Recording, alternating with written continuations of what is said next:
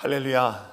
하나님의 은혜와 사랑하심이 오늘도 저와 여러분의 가정 가운데 충만히 있길 바라며, 또 코로나로 인하여 집에서 스스로 격리되어진 채 정말 버티는 우리 모든 이웃들 가운데도 하나님의 풍성한 은혜가 있기를 주님으로 축복합니다.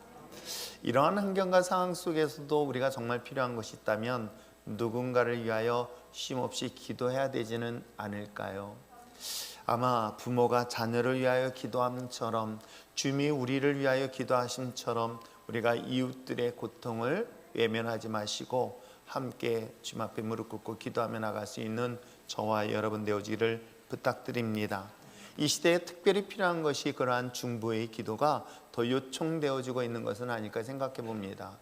그런데 그 기도의 내용을 좀 더 살펴본다면 자기의 가까운 친척, 친구 또는 가족, 형제나 부모, 이러한들을 위한 기도가 있는가 하면은 이제 조금 더 성장이 되어지니, 성숙해 되어지니, 나이가 들고 보니 부모가 자식을 위한 기도가 다른 친구들의 기도하고는 분명히 다르다는 것을 볼 수가 있습니다.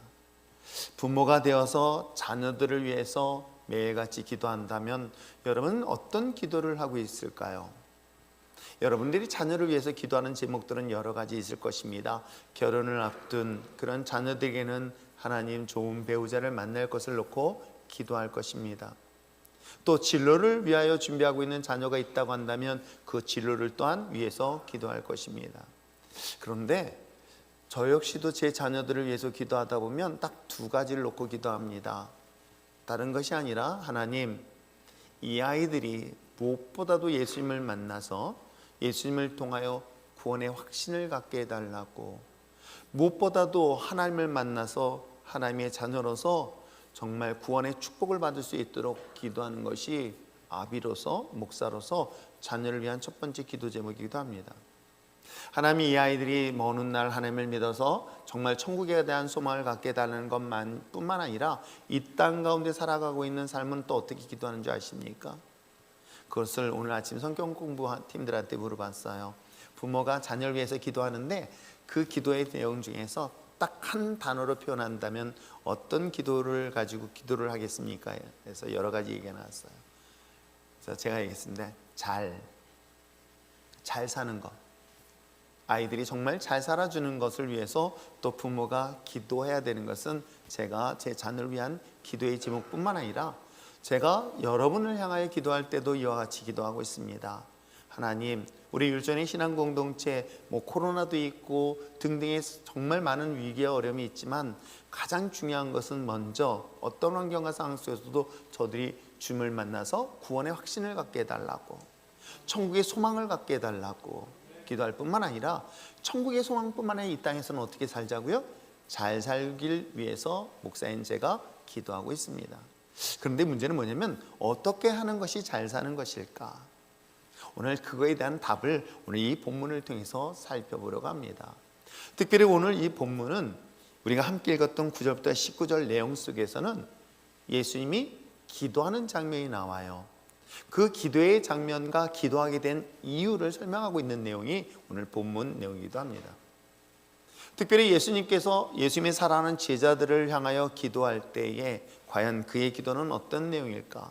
물론 예수님께서 기도하게 된 가장 궁극적인 이유가 있었어요. 뭐냐면 곧 예수님은 제자들을 떠나야 할 상황에 이르렀기 때문에 그렇습니다. 이제 예수님은 예수님의 제자들을 세상 속에 남겨두고 당신은 이제 하나님의 영원한 나라에 가야 될 상황에 있다 보니 더욱 하나님 앞에 간절하게 기도하는 내용인데, 그 기도의 내용은 무엇일까? 자세히 살펴보니, 하나님, 저들을 이 세상 속에서 잘 살게 해주세요 라고 하는 기도의 내용이 오늘 본문 내용이기도 합니다. 그러므로 사랑하는 성도 여러분, 우리가 잘 사는 방법은 여러 가지가 있습니다. 그런데 좀 더 근본적이고 본질적인 것들을 기도하는 예수님의 기도를 통해서 여러분들이 이 세상 속에서 어떻게 삶을 사는 것이 잘 사는 것인가 라는 것들을 발견할 수 있는 저와 여러분 되어지기를 다시 한번 주님의 이름으로 부탁드립니다. 자, 그렇다면 오늘 본문의 말씀을 보면서 9절부터 19절 내용 속에서 먼저 9절부터 11절까지의 내용이 하나님 앞에 기도하기 전 제자들에게 이야기하고 있는, 즉 기도하게 된 배경을 설명하고 있는 내용이 앞부분 내용이기도 합니다. 자, 먼저 오늘 본문의 말씀을 잘 살펴보면 예수님께서 이제 자신이 곧 떠나야 남은 제자들을 위해서 기도할 때 이게 기도해야 될 대상, 즉 중보 기도해야 될 대상을 먼저 설명을 하고 있습니다. 저는 이 말씀을 보면서 예수님이 세상의 모든 사람들을 위해서 기도하는 줄만 알았더니 아주 뜻밖의 놀라운 사실을 발견하는 내용이 오늘 본문 내용이기도 합니다. 이 문제를 보면서 우리가 한 번쯤은 좀 고민을 해보아야 되는데, 그런데 여러분 크게 고민하지 마시기 바랍니다. 사람이 일단 긍정적인 생각을 가지면 어떤 생각을 하냐? 그래, 나는 여기서 하나님의 중보기도에 예외된 사람이 아니라 포함된 사람이다. 한 사람만 아멘했고 나머지는 예외된 사람입니다. 다시 한번 질문합니다. 예수님께서 중보기도를 하는데 그 중보기도에 모두 다 포함되었다. 아직도 아멘을 못하는 사람은 예외된 사람이라고 생각해도 될까요? 아니면 의심 중일까요? 자, 예수님께서 세상을 위하여 중보한다라고 생각했지만 놀랍게도 예수님께서는 그와 같은 사실을 설명하지 않고 있는데 한번 보겠습니다. 9절 말씀을 함께 읽어보시기를 바랍니다. 9절 읽겠습니다. 시작. 내가 그들을 위하여 비옵나니 내가 비옵는 것은 세상을 위함이 아니요 내게 주신 자들을 위함이니이다. 그들은 아버지의 것이로소이다. 즉 예수님께서 여기서 비옵는다는 것은 중보기도한다는 것입니다. 기도해 주겠다는 거예요. 하나님의 아들이신 예수님께서 특별히 기도한다면 우리가 생각할 때 그래, 세상은 불공평해. 그러나 하나님께서는 공평하실 거야. 기도를 하면 모든 사람들이 다 예외 없이 기도해 주실 거야 라는 기대를 갖고 있는데 오늘 9절 말씀에 뜻밖의 얘기를 하고 있어요. 모두 다 기도하고 있는 것만은 아닌 것 같아요. 누구의 기도의 대상에 오늘 성경을 말하고 있냐면 하나님께 속한 자라고 짧게 표현을 하고 있습니다. 오늘 본문에 볼까요? 아버지께서 나를 그러니까 9절 말씀에 보니까는 내게 주신 자, 이게 누굴까? 그랬더니 여러분이 해야 될 줄 믿습니다. 제가 이 말을 하면서도 혹시 주님께서 주신 자가 아니면 어쩔까 하면서 걱정되지만 그럼에도 저는 믿음으로 선포합니다. 주님께서 여러분에게 속한 자인 줄 믿습니다. 또한 여러분이 하나님의 것이라는 사실을 믿습니다. 여기서 또 의심하지 마시길 바랍니다. 아무튼 9절에서 말씀하신 것처럼 예수님은 다 기도하고 있는 건 아니에요. 오늘 본문에서도 분명히 이야기하고 있지 않습니까? 내가 비옵는 것은 세상을 위함이 아니고 오직 내게 속한 자, 하나님께 속한 자를 위하여 기도할 것이다 라고 성경은 이야기를 하고 있습니다. 근데 여기서 세상은 세상의 것을 기도하지 않겠다는데 여기서 놀랍게도 우리가 가장 좁은 의미의 본문의 중보기도자에 해당된다면 그들 한다면 먼저 예수님이 12명의 제자들을 주목할 수밖에 없는 거예요. 그죠? 12명의 제자들을 위하여 예수님께서 중보기도 하실 것인데 세상을 위하여 기도하지 않겠다고 했습니다. 물론 그 세상은 무엇을 이야기하는지 굳이 설명하지 않아도 어느 정도 여러분의 눈치챘을 것입니다. 여기서 세상은 우리가 지난 시간 살펴보았던 것처럼 사단, 마귀의 권세, 생각들, 이상들, 철학들, 사상들을 말하고 있음을 분명히 이해하고 있습니다. 마귀가 주어지는 모든 것들에 사로잡힌 것들을 주님은 기도하지 아니하고 하나님께 속한 자들을 위하여 기도하겠다라는 것이 9절 내용인 거예요. 그런데 뜻밖에도 그 다음 절에 보면은 거기에 포함되지 않는 사람들이 이야기하고 있어요. 자, 12절 말씀해 보니까 끝부분에 이런 이야기를 하고 있습니다. 한번 제가 읽어볼게요. 내가 그들과 함께 있을 때 내게 주신 아버지의 이름으로 그들을 보존하고 지켰나이다. 그러니까 뭐냐면 예수님 하나님의 이름으로 자기에게 보내신 자들을 지켰다는 거예요. 그 중에 하나는 뭐예요? 그들 중에 하나도 멸망하지 않고 다만 뭐예요? 멸망의 자식뿐이오니 이는 성경을 응하게 하려 함이라. 굳이 누구라고 말 안 해도 거기에 해당되는 사람 손 들어보세요. 또 이럴 때 손을 가까이 대려는 사람이 있습니다. 그러지는 마십시오.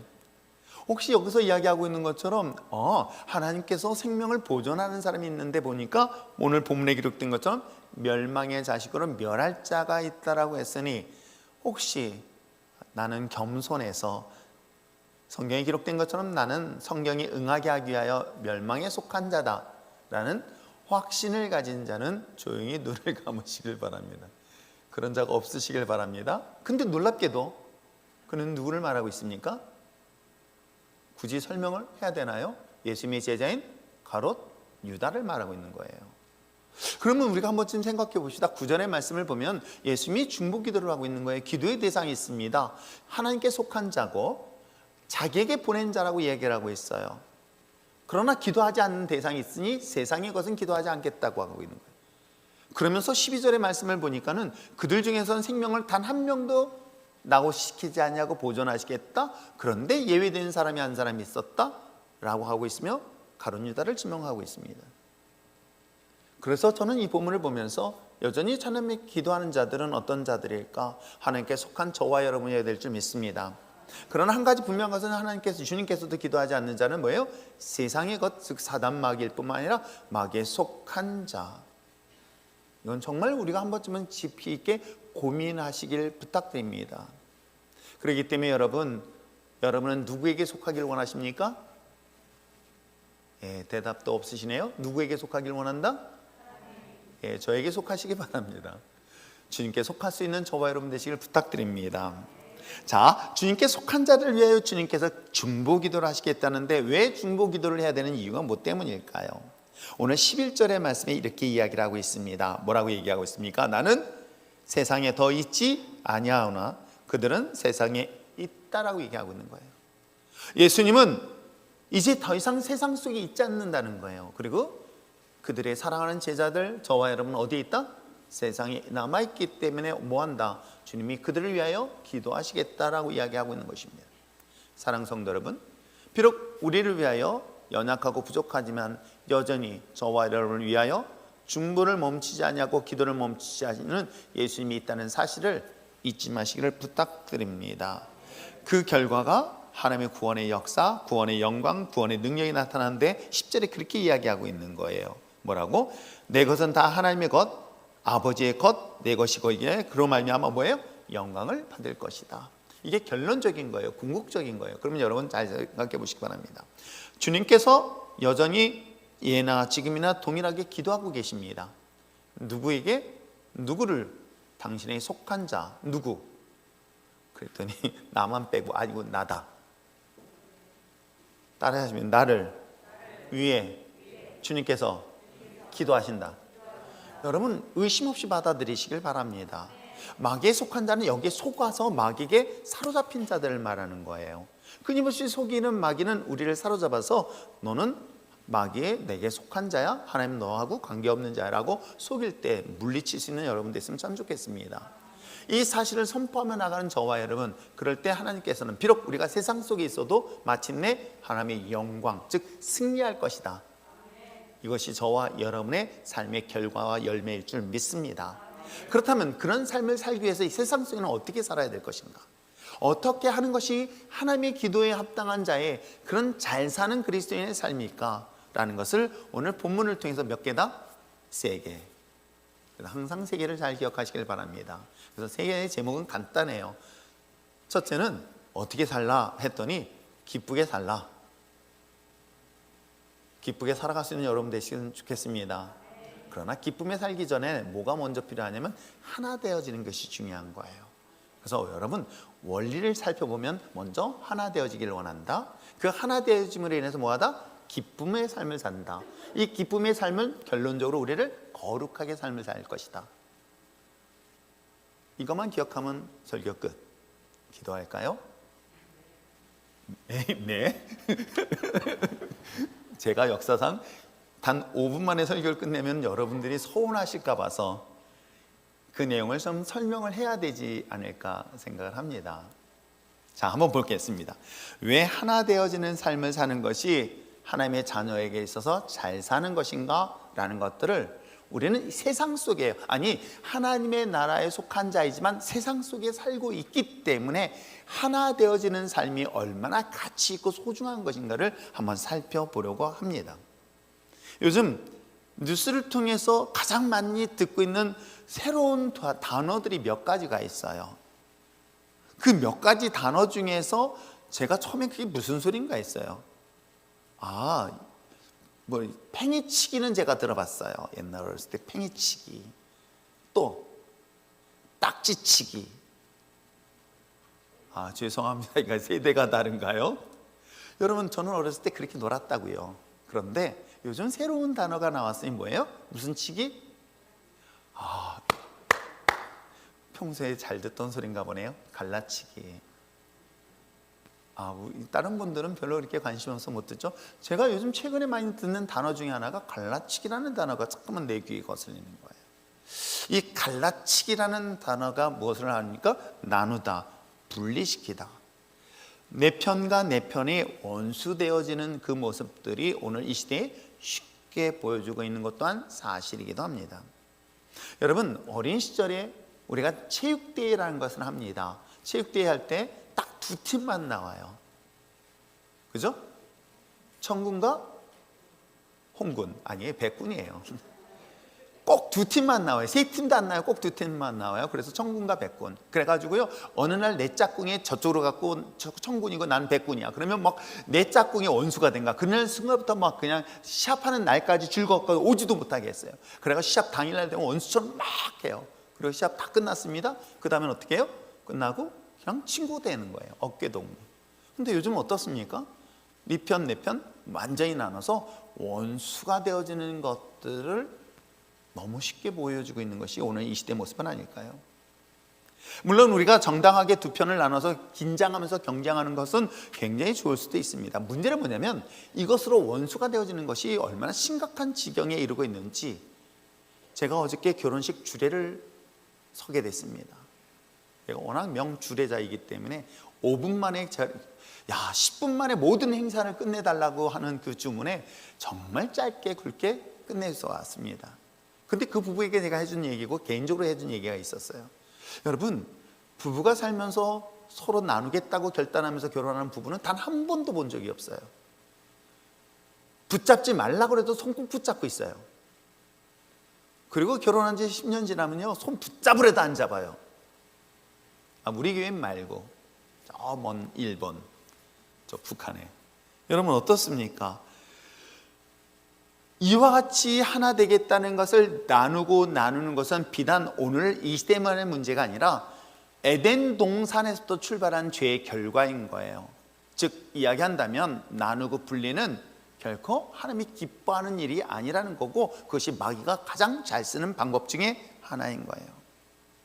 세상, 즉 악한 이 사단의 권세는 놀랍게도 하나 되어진 것을 거부하고 끊임없이 분리와 나눔의 영을 가지고 있다는 사실들을 성경은 끊임없이 얘기를 하고 있습니다.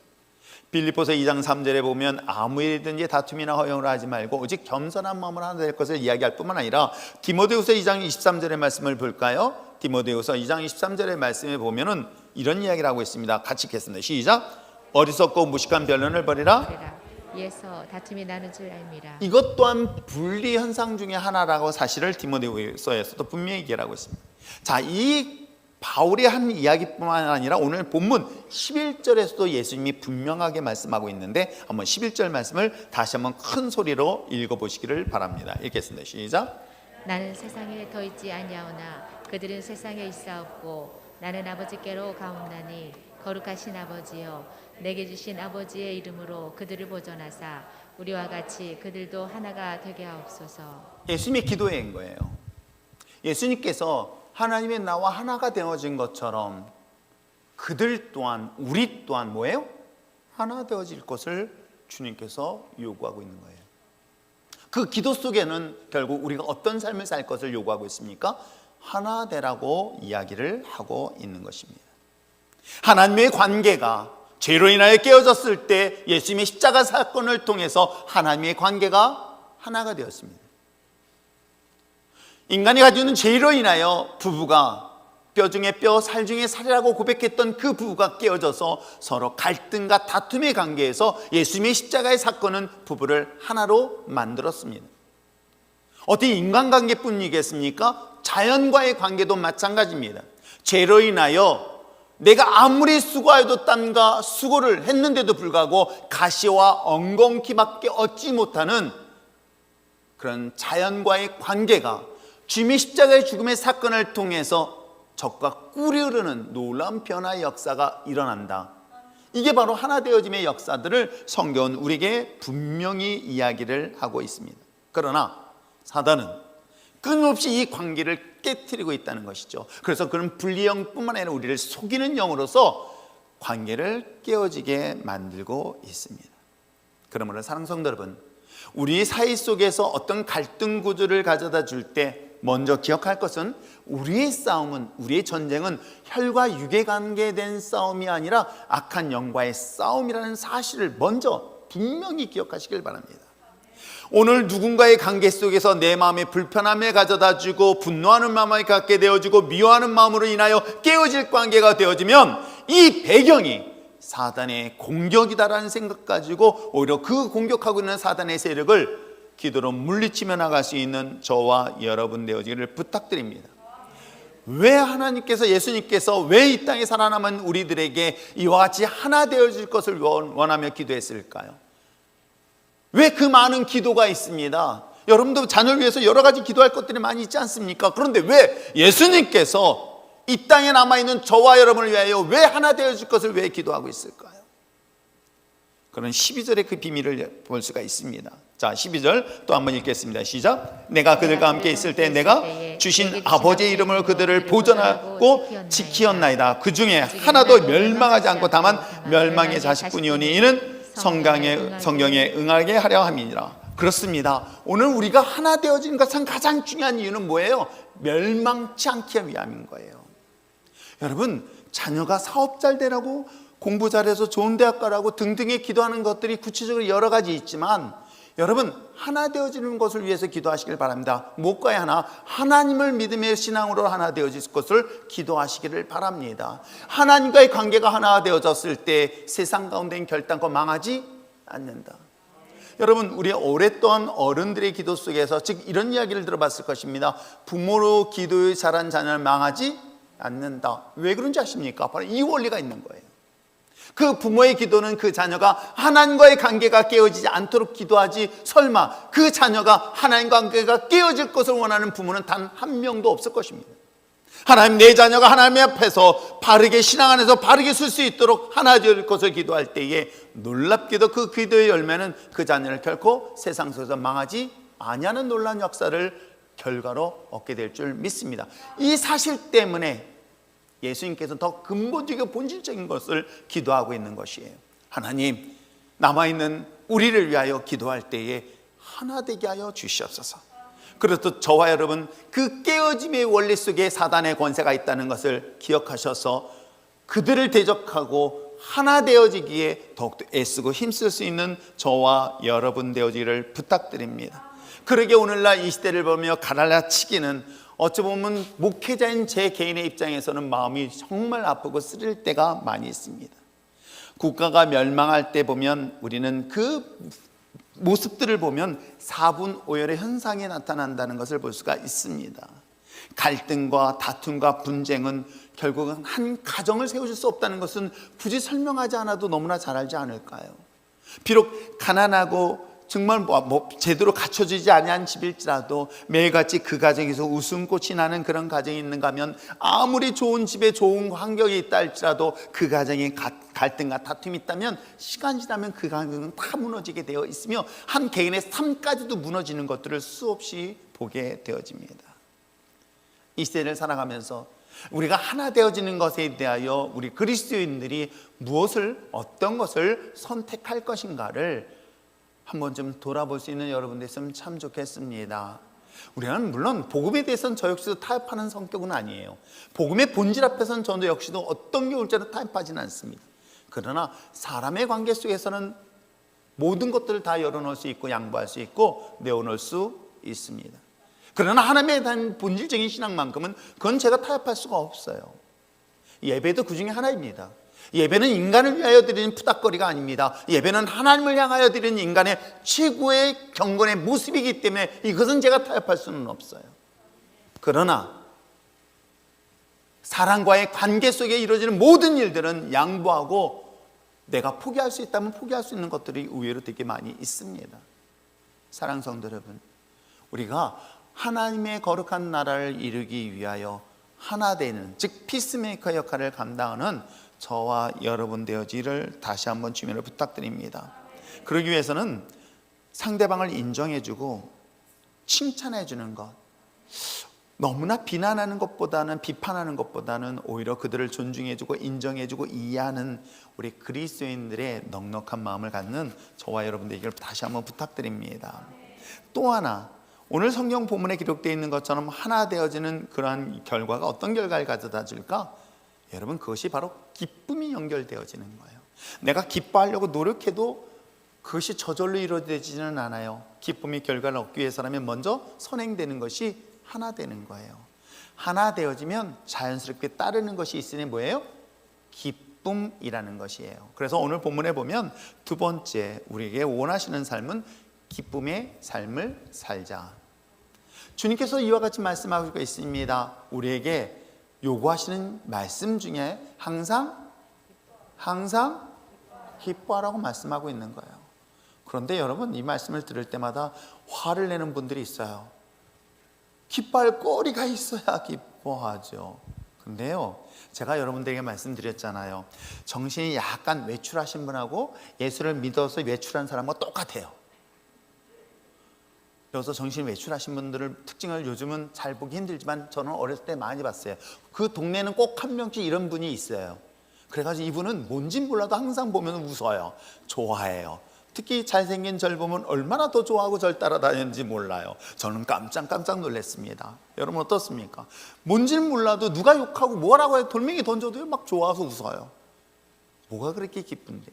근데 너무 놀랍게도 예수 믿었더니 그 핍박 속에서도 기뻐하는 사람들이 있어요. 한번 생각해 보세요. 예수 믿고 그냥 참 신나게 두들겨 맞고 이제 언제 죽을지 모를 정도의 고통 속에 있다가 감옥에 집어넣습니다. 그 속에서 무슨 찬송가가 나옵니까? 신세 한탄하지. 아마 그때는 그런 찬송가를 불렀는지 몰라요.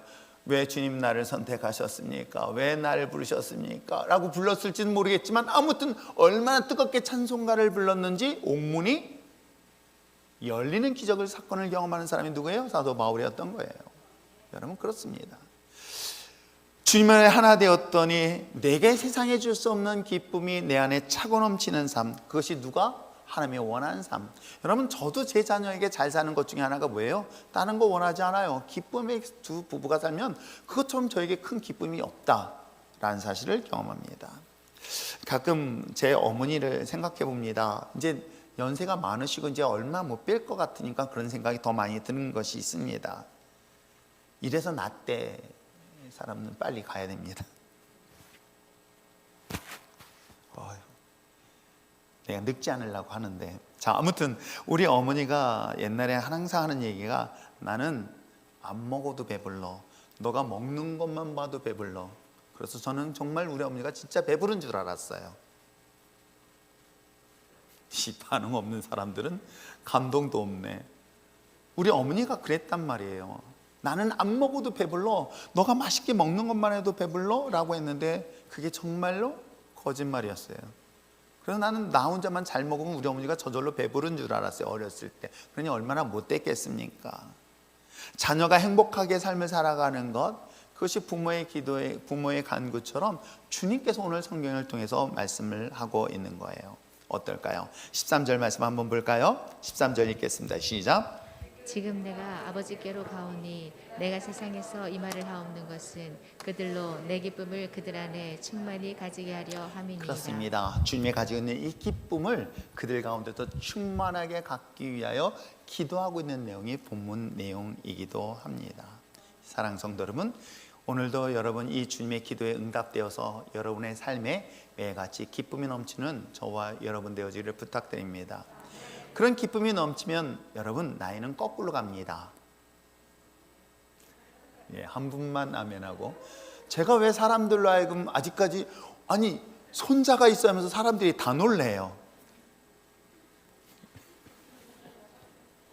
처음 본 분만 멀리서 주름살이 안 보이니까 그렇게 보일 수 있습니다. 그랬더니 저희 집사람은 항상 하는 말이 그건 철이 없어서 그래 라고 저를 꾸짖습니다. 여러분 어떻습니까? 주님이 내 안에 주신 기쁨이 있으면 나도 모르게 얼굴이 밝아지는 것을 부정할 수 없겠죠.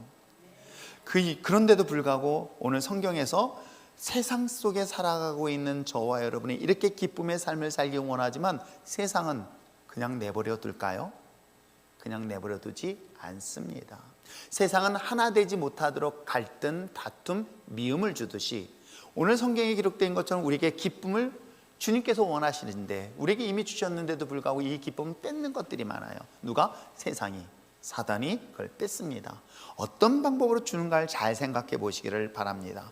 내가 막 기쁨에 충만한 상태에 있을 때 갑자기 나에게 툭 말 한마디 던지는 것이 나를 기쁨이 싹 사라져 버리고 순간 분노를 나게 하는 그런 표현들이 들리는 경우가 종종 있나요? 있습니다. 의외로 굉장히 많이 있습니다. 여러분, 내 안에 기쁨이 충만한 상태에 이르렀을 때 마귀는 놀랍게도 세상은 이 기쁨을 뺏어가는 방법 중에 어떻게 뺏어가냐면 나에게 미움을 던져줘 버려요. 그 미움을 제공함으로 인해서 그 기쁨이 순간 사라지게 되는 현상을 볼 수가 있습니다. 볼까요? 14절에 그렇게 얘기를 하고 있습니다. 내가 아버지의 말씀을 그들에게 주었사오매 세상이 그들을 뭐하였다? 미워하였다라고 하고 있어요. 세상에 너희들을 미워하였다. 근데 너희들은 세상에 속하지 아니하였다. 속하지 않은 너희들을 세상은 너희들을 미워하였다. 그럼 한번 보세요. 하나님께서 우리에게 그 기쁨을 우리에게 충만하게 줬는데 그 충만한 상태에서 내가 미움을 받는다고 한번 생각해 보세요. 미워 한번 해보세요. 그러면 자연스럽게 나도 모르게 그 기쁨 대신에 내 마음에 뭐가 나와요? 분노가 나오게 되어 있죠. 여러분, 미움을 받고 기뻐할 사람이 몇이나 될까요? 그게 바로 제정신이 아닌 사람들이에요. 그게 그리스도인인 건 여러분 아십니까? 바울이 감옥에 갇혔으면서도 얘기하고 있는 내용인 거예요. 감옥에 갇혀서 미움을 받고 있습니다. 미움이 그냥 눈째를 보는 정도의 수준이 아니라 채찍으로 39대를 맞고 거반 죽을 지경에 이를 정도로 미움을 받았던 바울이 감옥에 갇혀 있지 않은 자유롭게 있는 그런 믿음의 사람들을 향하여 외치고 있습니다. 기뻐하십시오 라고 이야기하고 있는 거예요. 미움을 받고 있는 상태에서 어찌 누군가에게 기뻐하라고 말할 수 있을까? 근데 놀랍게도 바울은 그 안에 누가? 예수님이 계시기 때문에 그런 말씀을 할 수가 있는 거예요. 그렇습니다. 사단은, 세상은 우리에게 끊임없이 미움이라는 도구를 통해서 우리에게 준 그 기쁨을 빼앗아 갑니다. 그 사실을 여러분 아신다면 미움의 이야기가 우리에게 다가올 때 어떻게 해요? 물리치며 이겨낼 수 있는 저와 여러분 되어지기를 부탁드립니다. 자, 그렇게 하기 위해서 우리는 뭐 하고 있습니까? 15절에 이와 같이 주님은 우리에게 말씀하고 있는 거예요. 내가 비옵는 것은 그들을 세상에서 데려가시기를 위함이 아니요 다만 악에 빠지지 않게 보존하기 위하여 우리를 위하여 기도하고 있다라고 하고 있는 거예요. 자, 한번 이 말씀을 보면 내가 주님이 우리에게 기쁨의 삶을 살 것이다 라고 얘기하고 있습니다. 그런데 세상은 나에게 미움을 줍니다. 미움 때문에 나 역시도 그 기쁨을 순간 잃어버리고 분노를 하게 되어지죠. 이 분노는 결국 나에게 뭐예요? 죄를 짓게 한다, 악을 짓게 한다. 이 악을 짓 걸 대비해서 하나님 뭐예요? 하나님 우리를 위하여 기도하고 있습니다. 어떻게? 우리의 기쁨이 항상 충만할 수 있도록 이 사실을 잊지 않고 나갈 수 있는 저와 여러분 되어지기를 다시 한번 주님의 이름으로 부탁드립니다. 그래서 저는 이렇게 생각해요. 악한 자들이 저에게 미움을 통해서 공격하여 들어온다면 그들을 미움의 대상이나 분노의 대상으로 보지 마시고요, 이런 마음을 가져보는 건 어떨까요? 그게 바로 긍휼이라는 단어예요. 뭐예요? 불쌍히 여길 수 있는 마음. 근데 누가 그러더라고요. 그게 가능하냐라고 얘기를 합니다. 근데 저는요, 그 순간에 저를 보지 아니하고 주님의 십자가를 봅니다. 왜요? 한번 상상해 보십시오. 누군가가 나를 미워합니다. 내가 미움을 받을 짓을 한 것이 아니라 내가 주님의 그리스도의 복음 안에서 충만한 상태에서 그냥 그리스도인 자체만으로도 미움의 대상이 되는 거예요. 예수 믿는다는 사실 하나만으로 미움의 대상이 되어지고 또한 공격의 대상이 될 수 있습니다. 그런 미움을 받을 때 그에 대하여 똑같이 분노를 하는 것이 아니라, 핍박을 하고 있으니까 그들에 대하여 대적의 원수로 생각하는 것이 아니라 하나님이 그들을 심판하실 것을 볼 수 있어요. 하나님이 그들을 내가 심판하지 않아도 그들을 심판하실 것을 바라보니까 나는 어떻게 기도하는 줄 아십니까? 그게 예수님이 그렇게 기도했던 거예요. 어떻게 해요? 십자가에 달려 들어가시면서 자신을 위하여 돌을 던지고 죽이겠다는 그 사람들을 향하여 주님, 저들을 용서하여 주시옵소서. 이게 바로 십자가의 은혜가 충만하고 기쁨이 충만한 자의 특징이기도 합니다. 그러면 여러분, 그런 상황에 딱 이르렀을 때 정신 바짝 차리고, 그래, 사단이 나에게 나의 기쁨을 빼앗아러 가는구나 라고 생각하면서 오히려 나에게 공격하고 나에게 미움을 주고 나에게 원망을 주고 나에게 정말 상처를 주는 그 사람을 어떤 마음으로? 원수를 원수로 대하지 않냐고 사랑으로 대하며 그들을 어떻게 해요? 불쌍히 여길 수 있는 그러한 삶을 살 때 내 안에 뭐가? 기쁨이 충만한 역사를 반드시 경험하게 될 줄 믿습니다. 마지막으로 볼 수 있는 건 하나님의 자녀로서 잘 사는 게 뭘까요? 말씀드린 것처럼 하나 되어지고 기쁨이 충만하게 되어지면 구별된 삶을 살게 됩니다. 어떻게 해요? 내가 구별하지 않아도요, 세상 사람들이 구별시켜 버려요. 그걸 뭐라고 표현하는지 아십니까? 단어가 바로 그게 거룩이라는 단어예요. 거룩이라는 단어는 우리가 생각하는 단어처럼 무슨 성결하고 뭐 그런 개념이 아니라, 거룩이라는 건 구별되다라고 하는 거예요. 뭐가? 세상의 사람과 하늘에 속한 사람의 자녀의 차이의 삶. 여러분, 우리는 세상에 살고 있으면 세상 사람들이 우리 그리스도인들을 어떻게 봅니까? 뭔가 달라야 된다고 하지 않습니까? 저 상황에서 어떻게 화를 내? 어떻게 목사가 욕을 해? 합니다. 어떻게 목사가? 하면서 저한테 막 하는 분들도 종종 있어요. 저도 화냅니다. 안 내는 걸로 믿고 있군요. 여러분, 그렇습니다. 세상 사람들이 그리스도인들은 뭔가 달라야 된다고 생각해요. 이게 바로 거룩이라는 거예요. 이게 구별된 사람이라고 해서 얘기하고 있는 거예요. 그러면 하나 되어지고 기쁨으로 충만한 삶을 살면은 어떻게 해요? 자연스럽게 구별된 삶을 산다, 거룩한 자의 삶을 살 것이다 라고 우리는 이해하시면 딱 좋습니다. 그 내용이 바로 17절에 나오고 있어요. 자, 17절 큰 소리로 또 한번 읽어보시기를 바랍니다. 읽겠습니다. 시작. 그들을 진리로 거룩하게 하옵소서. 아버지의 말씀은 진리니이다. 그렇습니다. 주님께서 말씀하시고 있는 거예요. 그들은 거룩하게 살게 해달라고 얘기하고 있는 거예요. 그렇다면 결국 우리가 거룩한 삶을 살아야 할 것을 이야기를 하고 있는 것입니다. 세상과 구별되어진 그리스도인의 삶. 근데 여러분 어떻습니까? 그리스도인들이 교회는 교회를 달고 십자가를 달고 다니다가 싸울 때는 십자가를 쏙 집어넣으래. 이 웃는 사람들은 찔려서 하는 소리야. 제가 종종 그런 경우를 보거든요. 왜냐하면 차에다가 이 십자가를 달고 다니는 차들이 있어요. 그때는 은혜 받는 순간이에요. 그런데 어느 순간인가 막 창문 열고 욕할 때는 저도 자연스럽게 뭘 보냐면 그 상대방이 차에 뭘 봐요? 십자가를 보는 게. 십자가를 제가 주목하고 있는 걸 본인이 느낌 어떤지 아십니까? 손으로 가리면서 합니다. 여러분, 우리는 어떨까요? 세상 사람들로부터 거룩하게 구별되어야 되는 믿음의 사람들이 세상 속에 들어갔을 때 표시가 안 나니까 뭐라 그래요? 그들을 개독교라고 예고를 하는 거예요. 기독교라고 표현하지 않냐고 개 취급을 하고 있는 것들을 우리는 쉽게 보게 되어지죠.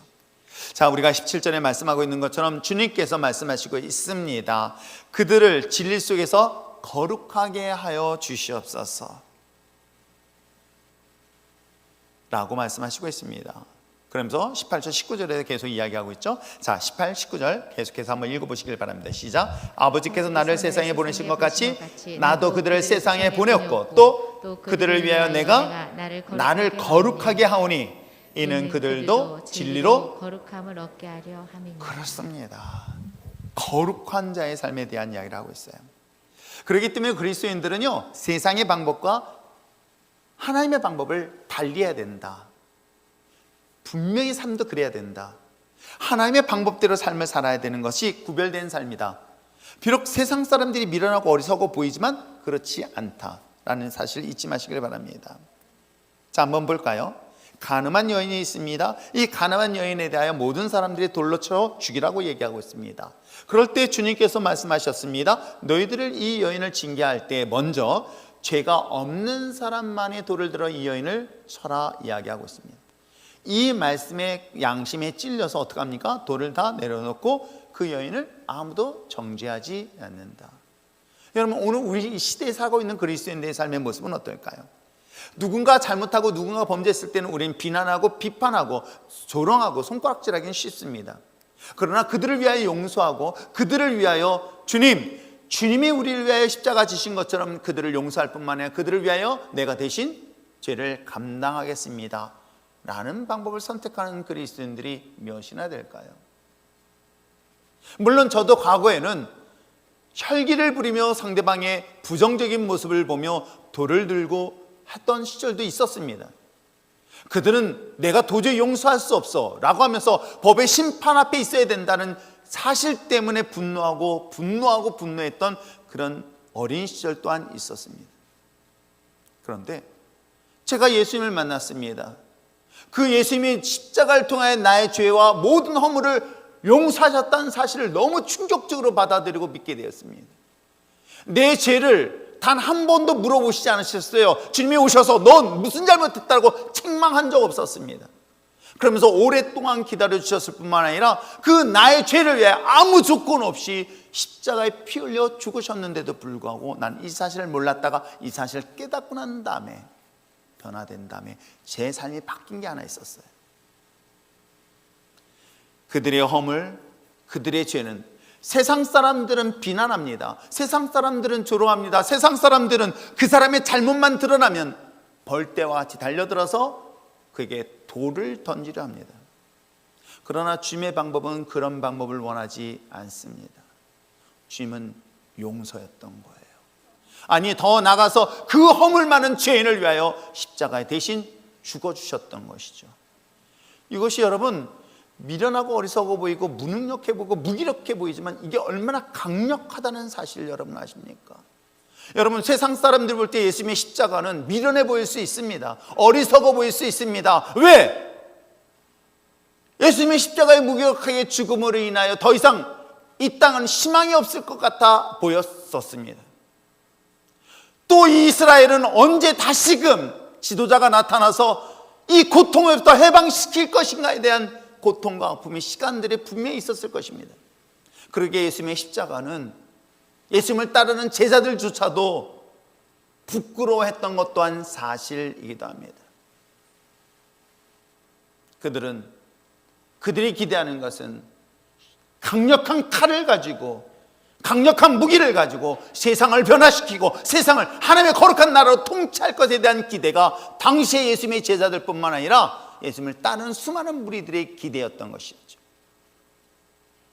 그것이 세상의 방법이었을 것입니다. 그러나 주님의 방법은 달랐습니다. 오히려 그들의 죄를 위하여 아무 조건 없이 자신의 피와 땀과 눈물과 생명까지 다 아낌없이 내어놓으시면서 그들을 위하여 대신 죽어주셨던 것이죠. 여기에 놀라운 반전의 역사가 있을 줄 과연 누가 알았겠습니까? 사랑하는 성도 여러분, 이 거룩이라는 것은 우리가 정결한 삶, 마치 우리가 홀리, 어떤 내 삶의 경건한 모습의 모양만을 생각하지만 사실은 구별된 삶을 말하고 있는 거예요. 세상 사람들의 방법이 아닌 하나님의 방법, 성경이 말하고 있는 진리의 방법이 무엇일까? 비록 세상 사람들이 미련하고 어리석어 보여도 저는 하나님의 방법을 믿습니다. 하나님의 능력을 믿습니다. 내가 기도하면 하나님의 역사하심을 저는 믿습니다. 그 역사를 기대하면서 하나님의 뜻을 구하는 것, 이것이 바로 세상과 구별된 거룩한 자의 삶의 모습은 아닐까요? 모든 사람이 용서할 수 없을 때에 용서하라는 주님의 음성을 듣고 따라 그것에 순종하는 것이 바로 거룩한 자의 삶일 줄 믿습니다. 그럼에도 불구하고 저 역시도 인간이다 보니, 열이다 보니 그 구별된 삶을 사는 즉 거룩함이라는 것에 딜레마에 빠질 때가 참 많이 있습니다.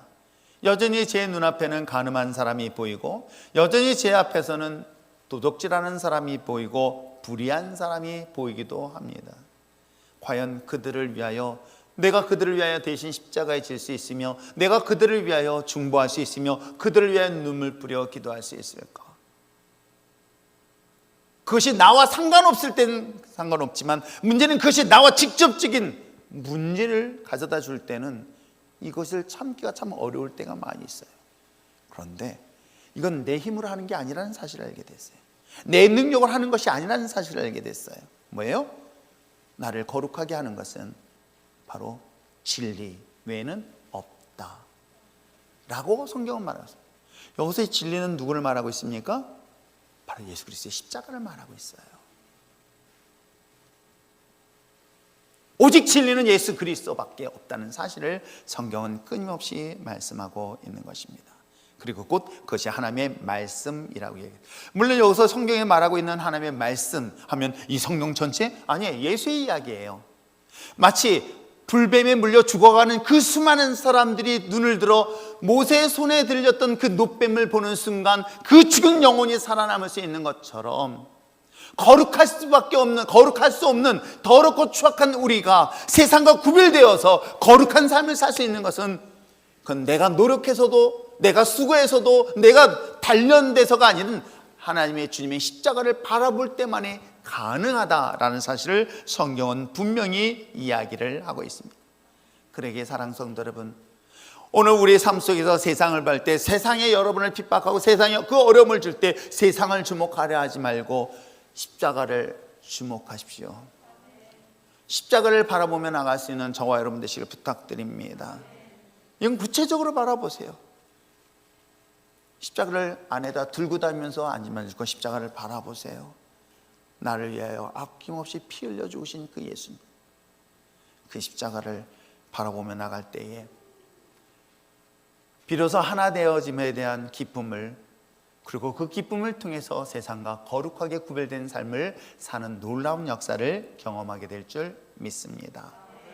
사랑하는 성도 여러분, 오늘 주님께서 오늘 이 시간에 자신이 떠난 후에 세상 속에 남아있는 저와 여러분을 위하여 2000년 전 그리고 지금까지도 쉼없이 기도하고 있는 예수님이 있다는 사실을 잊지 마시기를 부탁드립니다.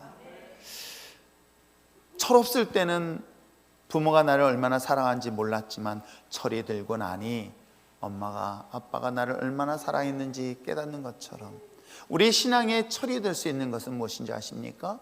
바로 나를 위하여 한결같은 모습으로 쉬지 않냐고 기도하시는 주님이 있다는 사실을 잊지 마시길 바랍니다. 그 주님은 반드시 세상 속에 승리하는 역사를 얻게 될 줄 믿습니다. 그러기 위해서 세 가지 하나 되어지는 것을 아버지께서 원하시고 있습니다. 하나 되어지는 것에 힘쓸 수 있는 저와 여러분 되시길 바랍니다. 어느 곳에든지 분리시키고 나눈 역할이 아니라 하나 되어지는 피스메이커의 역할을 감당할 수 있는 저와 여러분 됐으면 참 좋겠습니다. 그 하나 되어짐으로 인하여 여러분이 기쁨을 나누고 전하는 진정한 이 땅의 메신저가 되길 부탁드립니다. 그리고 더 나아가서 이러한 믿음의 삶을 통하여 세상과 거룩하게 구별된 자라고 인정받고 칭찬받는 저는 우리 율전교회 그리고 우리 성도 모두가 되어지기를 주님으로 축복합니다. 기도하겠습니다.